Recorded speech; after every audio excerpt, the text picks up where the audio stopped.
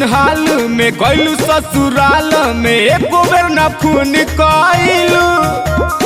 जाए हर जाई हो कैसे समझाई हो प्यार के तू खून कइलू। छोड़ी ऐसन हाल में गइलू ससुराल में एको बेर न फोन कइलू। जाए हर जाई हो कैसे समझाई हो प्यार के तू खून कइलू।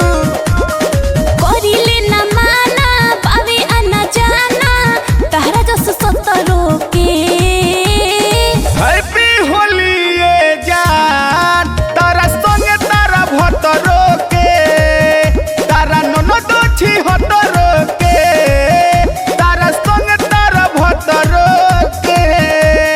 होली मुबारक ये जान तारा संगे तारा भतरो के।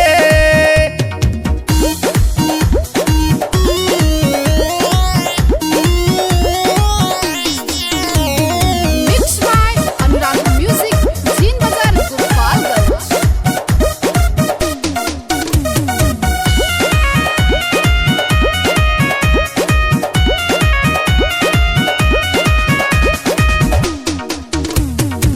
छोड़ दो जिद उम्मीद न करो पड़ो न पीछा हो।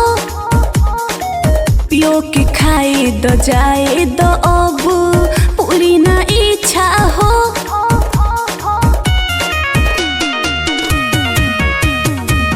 मजबूरी दूरी ना सहाई होली खेले आइब हो। परसाली जैसन लगवनी करे जा असहू लगाइब हो। सुनो धन बाबे मन भले पिटाइब हो।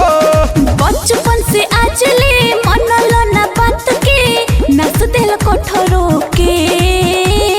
हैप्पी होली ये जान तारा संगे तारा भतरो के।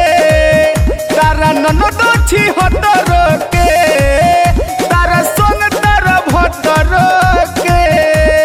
होली मुबारक ये जान तारा संगे तारा भतरो के।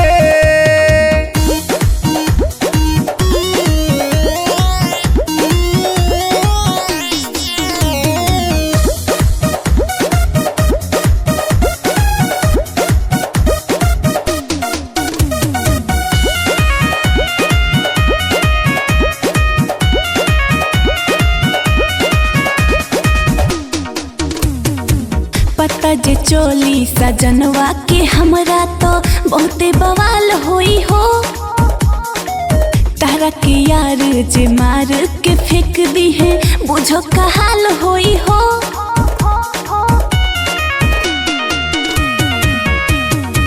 मानम न जान भले जान चली जाई काल हो परसों में। कके बहाना चली हो